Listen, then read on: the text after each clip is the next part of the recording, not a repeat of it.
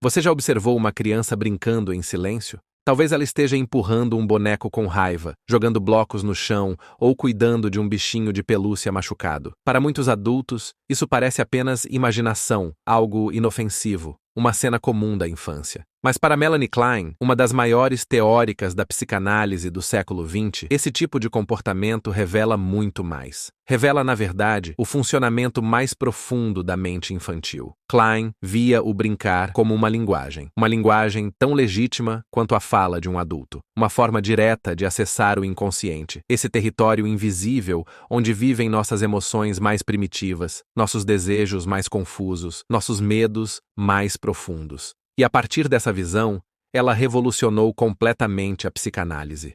Klein foi uma das primeiras pessoas a tratar crianças com psicanálise de forma sistemática. Isso era algo impensável na época. A ideia dominante era de que apenas adultos tinham conflitos inconscientes elaborados o suficiente para serem analisados. Mas Melanie foi na direção oposta. Ela disse: as crianças têm angústias, têm culpa, têm desejo, e tudo isso aparece desde muito cedo. Talvez até mais cedo do que imaginamos. Mas aí surge uma pergunta: como analisar uma criança que ainda nem sabe falar direito? A resposta de Klein foi genial na sua simplicidade. Se o adulto fala, a criança brinca. E é no brincar que ela mostra exatamente o que está sentindo, mesmo que não saiba disso. Foi assim que Melanie Klein criou a técnica da brinquedoteca analítica. Durante suas sessões, ela oferecia brinquedos cuidadosamente escolhidos: bonecos, animais, blocos, seringas de mentira, utensílios de casa, e observava o que a criança fazia com eles. Um boneco sendo atacado podia representar a figura de um pai temido. Um bichinho machucado sendo cuidado podia ser um símbolo do desejo de reparar um dano emocional causado, mesmo que só em fantasia. Para Klein, essas encenações não eram brincadeiras inocentes. Eram comunicações simbólicas, vindas direto do inconsciente. Como se o mundo interno da criança, com todo o seu caos, estivesse se manifestando ali, diante dos olhos do analista. E o que ela descobriu mudou tudo. Klein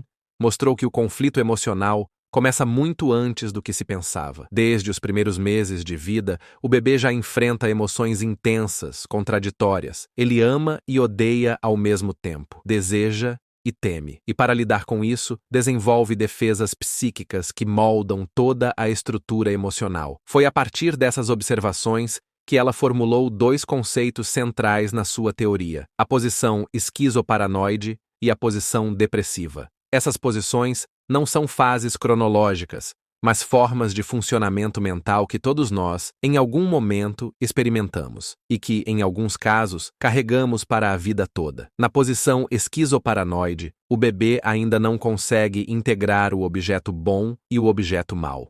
Ele vive tudo em extremos. O seio que alimenta é bom. O seio que demora é mau. A mãe que conforta é adorada. A mãe que some é odiada. É como se o mundo fosse dividido entre perfeição e ameaça. E para lidar com essa angústia, o bebê projeta para fora o que não consegue suportar: o medo, a raiva, a frustração. Surge aí a cisão, a projeção, a idealização, mecanismos de defesa que ainda vemos em adultos, quando estes não conseguem lidar com ambivalência. Mas à medida que a criança cresce, ela começa a perceber algo muito mais complexo: que o mesmo objeto que ama também frustra, que a mãe que cuida também diz não, que o pai que protege também pode decepcionar. Isso gera um conflito interno mais maduro e, também, mais doloroso. É o que Klein chamou de posição depressiva. Na posição depressiva, a criança começa a sentir culpa. Ela entende que, ao desejar o mal, mesmo que em fantasia, pode estar ferindo quem ama. E isso dá origem ao desejo de reparação,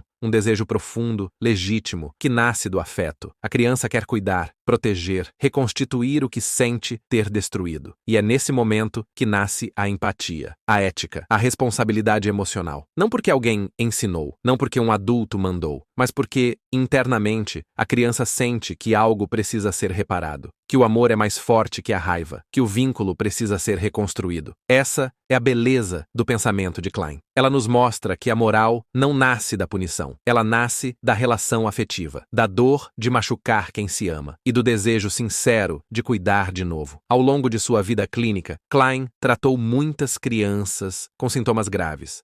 Algumas com traços psicóticos, outras com fobias, ansiedades intensas, mutismo, agressividade. Mas ela nunca as viu como problemáticas. Ela as via como sujeitos em sofrimento, seres humanos tentando lidar com fantasias internas violentas, que não sabiam nomear. E isso é uma lição enorme para os nossos dias. Vivemos uma época onde crianças são diagnosticadas cada vez mais cedo. TDAH, transtornos de conduta, ansiedade, depressão.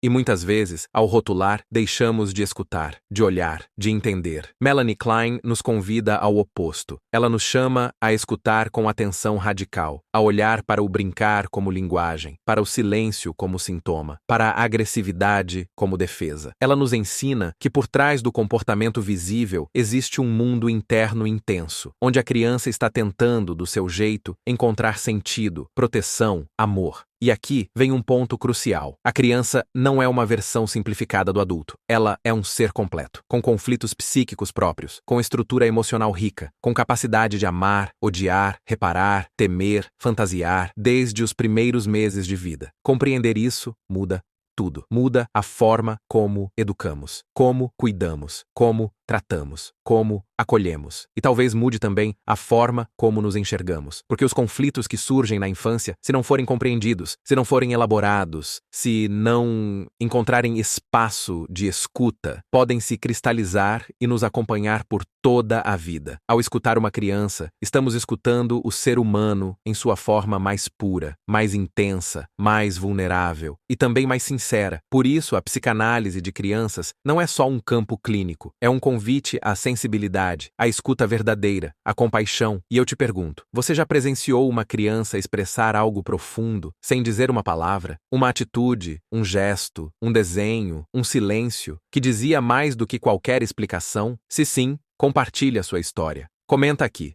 Vamos trocar experiências, porque quanto mais aprendemos a escutar a infância, mais nos aproximamos do que há de mais essencial em nós, a nossa capacidade de sentir, de amar, de reparar. Melanie Klein nos deixou uma herança valiosa, a certeza de que o sofrimento psíquico começa cedo, mas a cura, a elaboração, também pode começar cedo. E isso só acontece quando alguém se dispõe a escutar, de verdade. Porque antes da fala, já existe angústia. Antes da moral, já existe culpa. Antes do raciocínio, já existe amor. E também medo. E também fantasia. A infância não é um ensaio, é o palco onde tudo começa. Se você curtiu o vídeo, não esquece de deixar o like, se inscrever no canal e ativar o sininho para não perder os próximos. Comenta aqui embaixo o que você achou ou se quiser sugerir o próximo tema. Valeu por assistir e até a próxima.